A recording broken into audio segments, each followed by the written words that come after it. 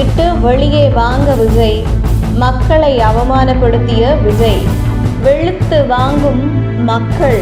நடிகர் விஜய் அரசியல் கட்சி தொடங்கினாலும் விக்கிரவாண்டியில் நடைபெற்ற மாநாட்டுக்கு பின்பு பொது தளத்தில் எங்கும் அவரை பார்க்க முடியவில்லை. குறிப்பாக விஜய் கட்சி தொடங்குவதற்கு முன்பு நாட்டில் பல பிரச்சனை ஓடிக்கொண்டிருந்த போது விரைவில் அரசியலுக்கு வரும் விஜய் இதை பற்றி ஏன் இன்னும் வாய் திறக்கவில்லை என்றால், தலைவர் கட்சி ஆரம்பித்த உடனே பாருங்க களத்தில் எப்படி களமாட போகிறார் என்று விஜய் ரசிகர்கள் விஜய்க்கு முட்டு கொடுத்து வந்தார்கள்.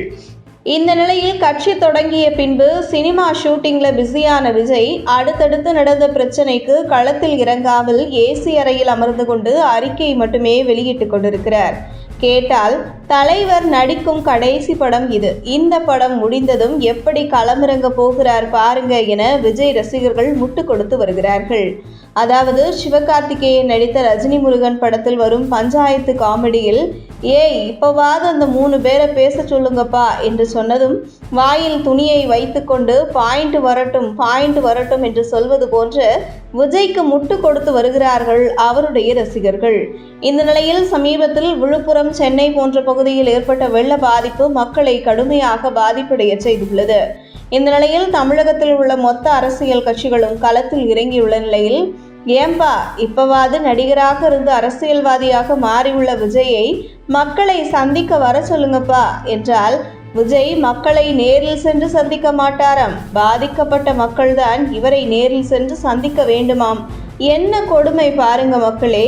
ஆம், சென்னையில் அவருடைய பனையூர் அலுவலகத்திற்கு வெள்ளத்தால் பாதிக்கப்பட்ட சில மக்களை நேரில் அழைத்து அவர்களுக்கு நிவாரணப் பொருட்களை வழங்கி அதை போட்டோ ஷூட் நடத்தி வெளியிட்ட விஜய் வடிவேல் நகைச்சுவையில் எப்படி நானும் ரவுடிதான், அட அம்மா சத்தியமா நானும் ரவுடிதான் என்று சொல்லுவாரோ அதே போன்று நானும் அரசியல்வாதிதான் நம்புங்க மக்களே என்பது போன்று அமைந்துள்ளது விஜயின் நிலைமை.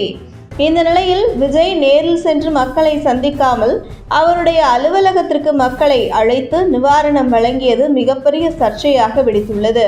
அதாவது விஜய் நடிக்கும் படங்களை மக்கள் எல்லாம் தியேட்டரில் படம் பார்த்து அவரை கோடீஸ்வரன் ஆக்க வேண்டும், பிறகு அவர்களே ரசிகர்களாகவும் தொண்டர்களாகவும் மாறி விஜயை முதல்வராக்க வேண்டும். ஆனால் விஜயை இந்த நிலைக்கு உயர்த்திய மக்களை அவர்கள் வாழும் இடங்களுக்கு போய் விஜய் பார்க்க மாட்டீர்களா என மக்கள் கேள்வி எழுப்பி வருகிறார்கள். பல சோதனைகளை தாண்டினால் மட்டுமே அரசியலில் வெல்ல முடியும். உட்கார்ந்த இடத்தில் இருந்தே சொகுசாக எல்லோரையும் சந்திக்க இது சினிமா ஆபீஸோ அல்லது கேரவனோ இல்லை என விஜயை பலரும் எச்சரித்து வருவது பற்றி உங்கள் கருத்துக்களை கமெண்ட் செய்யுங்கள். உங்கள் தின சேவல்.